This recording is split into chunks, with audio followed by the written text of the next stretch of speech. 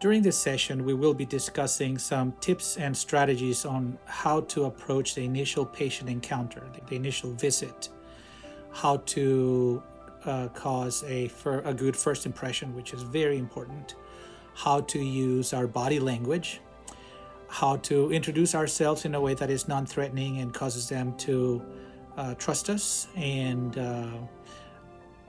how to transmit a message that we are open and willing to listen.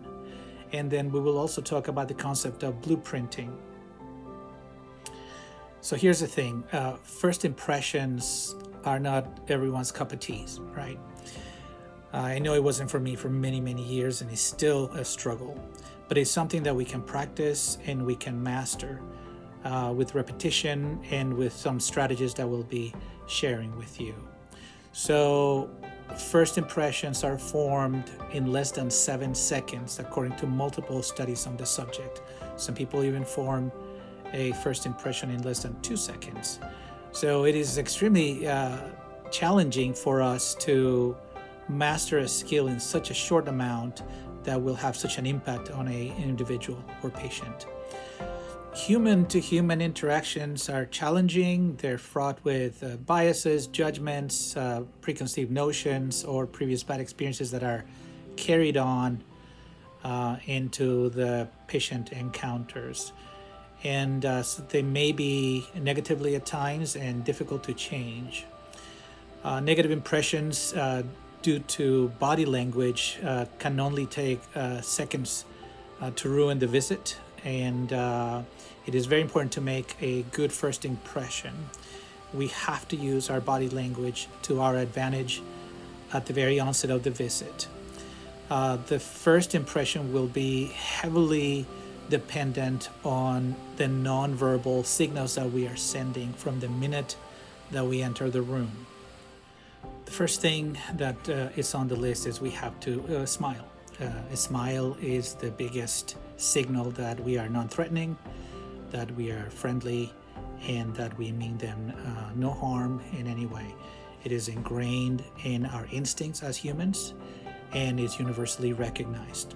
So the minute you walk into the room, just walk in with a big smile, and people can tell also that you're smiling even if you're wearing a mask. The second important thing is to make eye contact. So we walked into the room, we're smiling, we're looking directly into their eyes, and we can express a greeting that is non-threatening. I typically, because I work in the emergency department, say something like, "Hi, I'm Dr. Torres. So sorry to meet you like this." This type of message sends them a message that I'm not just greeting them as an impersonal physician, but as a human being in a friendly manner. And you have to be mindful that all these things I'm talking about, smiling, eye contact, and body language, etc., it takes about 7 seconds, right? So we really have to make them count. The third issue with body language would be the posture that you take. Try not to walk in slouched or rushed or tapping your fingers or taking a big sigh or rolling your eyes because that immediately throws the visit off. So you can do the first 3 things: smiling, keeping eye contact, and having an open posture just by the way you say hi. Once again, "Hi, I'm Dr. Torres. So sorry to meet you like this." Immediately, I conveyed that I'm open and friendly and visiting with them in a cordial manner. The next thing would be leaning in, which you can do also during the greeting. And it just conveys that you're interested. It is obvious when you're not present or you don't want to be there. It's more of an aloof behavior. It comes across as having low energy or no enthusiasm, no interest. Also, nodding is a universal body language of friendly demeanor and acceptance. And lastly is human touch, just a basic pat on the shoulder, shaking the hand, a little tap in the ankle, something that is simple. A patient is in an acute care setting. In just a matter of seconds, you can introduce yourself, and the important message is I see you. I am not threatening. I'm here to listen. I'm open to be here as another human being. I am fairly certain that these issues of body language and body signaling are not taught in medical school or nursing school, paramedic school, technician school. It's something that we have to kind of learn on our own sometimes, and it may not come naturally to us. It's actually that I had to actually learn. When I first started practicing medicine, my goal was to be a good physician and to be thorough and scientific, and I had bad patient satisfaction scores. And it was just a head scratcher for me how this could be when I had no complaints otherwise. Clinical aspect was good, my throughput times were good, and I had one of our representatives years ago come and watch me interact with patients. It was a patient satisfaction specialist. And this person sat there, and I was trying to be friendly in my way. And we came out of the patient encounter, and this person said, "Dr. Torres, you come across as very dull." And I am pretty even keel. And she said, "You just come out as so like this is a science experiment. Like this patient is just a set of data. And let me give you some tips about how you can come across a little bit different while still having the same intention of practicing good medicine." And it took me several months to fine-tune an approach that I would keep trying, and I use the same approach with every patient encounter. And I know it works because now I get the feedback of my patient interactions and I get high scores. And so I know that what I'm doing is working. If it wasn't working, then I would have to tweak it. Is it going to work 100% of the time? No. But if we practice those first 7 seconds of how you're going to interact, how you're going to introduce yourself, how your body language is going to show, those patient satisfaction scores and that experience that the patient is going to have is going to help you have them open up and listen to your medical advice. And this is something that you will have to tailor to your personality and your style. You can't just copy somebody else's. It has to be genuine. It has to be you. One of the important things that we are being asked to do as healthcare workers is to wash our hands, obviously. And this is for obvious reasons, especially after this worldwide pandemic that we've experienced and flu seasons, etc. Something that patients are keenly aware of. A lot of surveys ask the patients, did the doctor, did the nurse wash their hands? And so one of the things you can do is right after you introduce yourself, you can say, sorry if I'm gonna wash my hands, or if they're gonna be cold, or sorry if my hands are cold, I just used the alcohol gel. The reason we mention it in just a 1-second sentence is so that when they do get that survey, they can remember, I remember the doctor or the nurse talking something about washing their hands. And that is how they are able to recall that, otherwise they wouldn't. If at all possible, try to have both physician, nurses, or technicians who triage patients walk in at the same time. Patients appreciate it when they don't have to tell the same story 2 or 3 times. It doesn't always have to be the physician who starts asking the questions. For example, as a physician, sometimes I will say, "Hi, I'm Dr. Torres, so sorry to meet you like this. I'm just gonna wash my hands real quick while our staff member asks you some questions. I'm just gonna listen so we don't ask you the same thing 2 or 3 times." And say it with a smile, and patients appreciate that greatly. The next thing we're gonna do is we're going to sit down. The sit down is super important. There's been lots of behavioral studies on this. When you sit down as a provider, the patient truly feels, when asked, they feel that you spent way more time than you did if you said exactly the same thing when standing up. So just sit down, preferably eye level, and you can add a phrase. What I typically say is, I just want to sit down and get a good history from you. That tells them, wow, this guy's interested. He's sitting down. He's taking his time to do this, and they appreciate that. It's a sign that both verbal and nonverbal, I am interested in what they have to say, and what they're telling me is important to me enough that I'm going to sit down and actively listen. So what can we learn from studies on human behavior and body language and the communication that entails?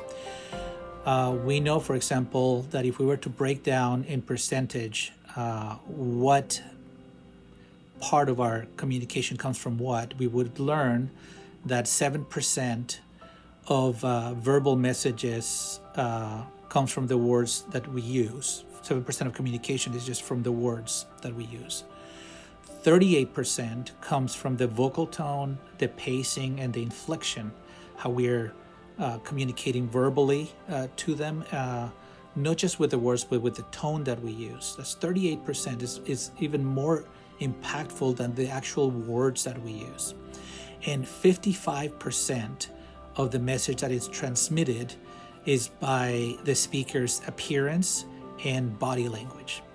It's insane to think that 55% of the message that we transmit, it is received by the other person, 55% just from our body language. And the other 38% is not even by the words that we're communicating, but by the tone of our voice, the inflection of our voice, and the pace of our voice. And if you have ever spoken to someone that's disgruntled or in a hurry or dismissive, it just takes a few seconds to know that this person is not paying attention to me, or this person doesn't care about me. So this is hard data from studies on communication speaking to us about the importance of these issues that I'm sharing with you. So we walked in smiling, we made eye contact, we used positive body language, we sat down, we mentioned that we were washing our hands. All this takes 7-10 seconds. And after we've obtained the initial medical history, a key issue is to ask what I call the magic question, which is trying to get to the point of their main worry, the reason why they came to see us. I call it the magic question because if you do nothing else but find out their concern and resolve it, their experience will be better and they are more likely to be satisfied. So I typically say something like, what is it that you're worried about that brought you here today? And then I will listen for an answer, and then I will try to reinstate it so that they understand that I understood it and they can confirm that that's what they were worried about. So I can say, like, if I understand you correctly, you are worried because of X, Y, and Z. Is that correct? And at that point, we have discovered their concern. At the end of the visit, you have to do what I call close the deal. Closing the deal means that you're going to go back and talk to them, and you're going to tell them what you found out, what you're thinking, and you're going to ask them if we have resolved their concern. And if we do that, and it doesn't have to be in two separate visits. Sometimes there's no workup involved. Sometimes just a single visit, a single time that we visit with them. We can discover their concern up front, do our exam, our history, tell them what we're thinking, and do the second part of closing the deal and asking them if we have resolved their concerns, all in one go. Taking the patient's clinical history is a huge component of the visit and why they came to see us. And the interesting thing is that sometimes the patients have a bias that they think they know what is wrong with them and be wrong about it. And sometimes we can jump to conclusions and think that we know what's wrong with them and be wrong about it. So the way to take their bias away and our bias away is by something that's called the chronological history taking. We start by chronologically ask them what signs and symptoms they have. And so after doing our initial introduction, we can open with a statement like, okay, you were doing fine, you were feeling well, and then something started to happen that was not okay. Do you remember that first symptom, or what was that first thing that you noticed that was not okay? And when did it happen? So this this kind of makes them think, okay, I was doing okay. What was the first thing I noticed? And then we start putting it together, the chronology of the illness and the first symptoms. And then we can ask them the next question: what was the next thing you noticed? And what was the next thing you noticed? And within a few seconds, we will have the symptomatology and the timeline of symptoms that sometimes are easily missed if we do not use this type of methodology to get a history from them. In doing this type of questioning, we are having the patient actively think about their symptoms, and we're actively listening, and we're sitting there at eye level. And the only message you can send to the patient is, hey, I'm listening, I'm interested in what you're trying to tell me, and I'm trying to figure this out. A physical exam is important for many reasons. Not only that is a crucial component of the clinical assessment, but also psychologically it lets the patient have a physical touch with the provider and to the expertise that they perceive. There's times when someone just from the history can tell us what they think is wrong and what the symptoms are, and we can pretty much nail down what's happening without even touching them. But the physical exam helps us to confirm those findings, and in the patient's mind, it helps them to trust us and to know that we're being thorough enough, that we are actually doing an exam, even if it's cursory. So if it's a simple visit, just get in the habit of just doing whatever basic physical exam, auscultation or palpation or percussion you need to do. Even if it's so short that it's just seconds, this will provide the patient with a more sense that you were thorough and involved. After we're done with our introduction, getting the history and the physical exam, the next thing that we can do is use a technique called blueprinting. So just like when we use the blueprints to build a house or a building, we can see what's going to happen before it is built. We can blueprint the visit for the patient. If they're in an acute care setting, like an emergency room, we can tell them, okay, this is what's going to happen. Based on what you have told me and the exam that I've done, we will need to start an IV. We're going to be drawing some blood work, and you're going to see one of our nurses hang some fluids and medications for pain and nausea.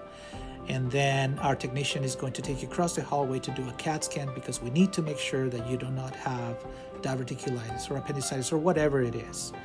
Or if you have a specific test, you can tell them why you're doing that test. And at the end, we will get together and we will go over the results, and we will answer any of your questions and see what is happening. And at any point of interaction, you can always ask the magic question: do you have any other questions or concerns? That is a question that we can ask ad nauseum. It's quick, it's easy, and it gives them a chance to ask us some other questions. Sometimes it can be intimidating. Time and time again, you find out that patients will tell things to nurses or technicians that they will not tell a doctor or a physician assistant or advanced practitioner. I do not know why it is. I don't know if it's intimidation. I don't know if it's cultural, but give your patients opportunities to ask questions often. As part of the blueprinting, you can make sure that you inform them that sometimes things get busy. And just because they get busy doesn't mean that you have forgotten about them, and make sure that they know how to operate the call light and where it is, and that they can ask questions anytime. A lot of patients are unfamiliar with the medical environment. Once again, sometimes we have the curse of knowledge bias, that we assume everybody knows what we know, or thinks like we do, or understand things like we do, and that's not the case in the medical setting. Patients, for the most part, are not living at the clinic or in the ER or in an urgent care all the time, and they do not know the processes. They don't know who's who, and so blueprinting the visit is important because it reduces their anxiety. They get an idea of who is taking care of them, what their roles are, and what is going to happen, and it helps them know that there's some plan and some organization behind this visit, and that their concerns will be addressed. So, why are first impressions important? From studies, we know that they're good for our patients. If our patients trust us from the get go and they feel that we're competent, their medical compliance with therapies and medical outcomes will be better. It improves their overall satisfaction and the likelihood to trust us again in the future with their care. It is also good for us because it will give us more latitude if there are delays or errors because of that halo effect. And it also provides a better and friendlier work environment for ourselves and for our teams. Learning about human behavior, we see a concept and a finding that is very interesting and that we experience in healthcare all the time because we interact with so many people. It is called the halo effect. The halo effect is a phenomenon whereby we tend to think that because a person we perceive is good at doing A, Y, or Z, they're also going to be good at doing this other thing. Or if we perceive them as be doing poorly in an area, then must also translate to another area. It is highly influenced by our first impressions. If we see a person in good light, it is difficult subsequently to darken that light. Therefore, the importance of how we present ourselves, well-groomed, properly attired, friendly smile, and all the other things that we have been discussing. Even if you are the best trained professional, but the message that you're sending is perceived as being negative, it is very difficult to change. I get reviews from physicians that I work with, that it is my job to help them improve their satisfaction scores. And these are fantastic clinicians. And what you have to understand is that the patient experience has nothing to do with our clinical acumen as doctors, nurses, or technicians. It is entirely about human perception and human interaction. So making that first impression correctly will carry a halo effect for the rest of the visit, and thus the importance to master it the best way we can.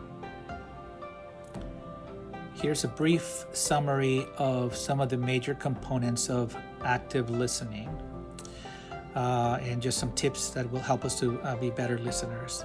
The first one is just listen up, be attentive, lean in, sit down, and remember body language. Do not interrupt, just let them finish their thought. Ask open-ended questions, avoid yes or no questions. Ask how, what, where, or who, or why, and remember the chronologic history taking that we discussed. Also, instead of asking, has this been going on for a long time, ask more specific, how long has this been going on for? So that they give you a specific answer if that's what you are looking for. Also, remember to request clarification where there's a key element that is needs to be clarified. For example, what do you mean by dizzy? When a patient says they're dizzy, it could mean a number of things.